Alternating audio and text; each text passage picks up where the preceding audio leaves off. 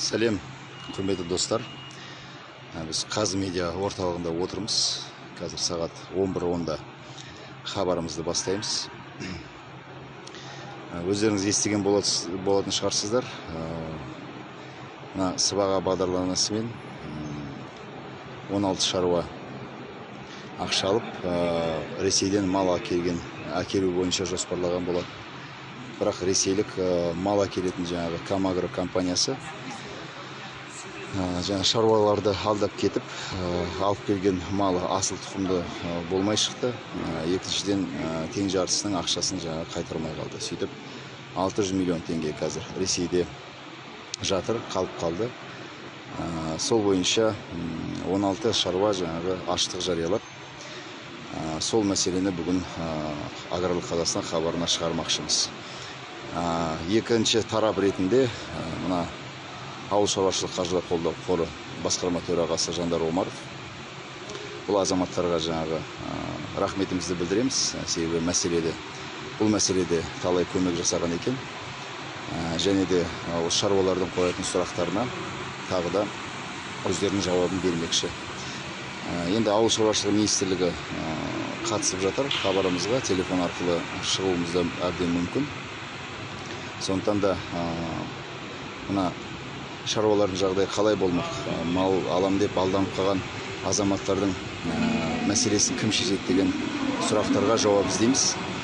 Және де жауап іздеген уақытта әділдігін, ақиқатын, шындығын айтатын боламыз. Өздеріңіз білесіздер, көптеген әлеуметтік желілерде жаңағы хабарламалар болды бұл туралы. Енді шаруалардың кінәсі бар ма жоқ па, оны біз анықтаймыз. Бірақ бірнеше қазір сұрақ туындайды. Мысалға, сол шаруалар ақша жіберген уақытта неге банктік аккредитивті пайдаланбады? Ол біріншіден. Екіншіден, асыл тұқымды мал ма жоқ па, алдын ала құжаттарын алып, неге оны бір тексертіп алмады деген сұрақтар туындайды. Сонымен қатар үкіметке де сұрақтар бар. Мысалға, осындай жағдайда бүкіл мүлкін кепілдікке салып, ақша алып алданып қалса, онда Қазақстан тарабы жаңағы Ресеймен жұмысты қандай форматта өткізеді, олардан ақшаны қайтарып алу жолдары қандай. Сонымен қатар үкімет тарапынан қандай шаралар қолданбақшы. Себебі бұл шаруалар барлық мүлкін салып, шын мәнінде осындай тәуекелге келді.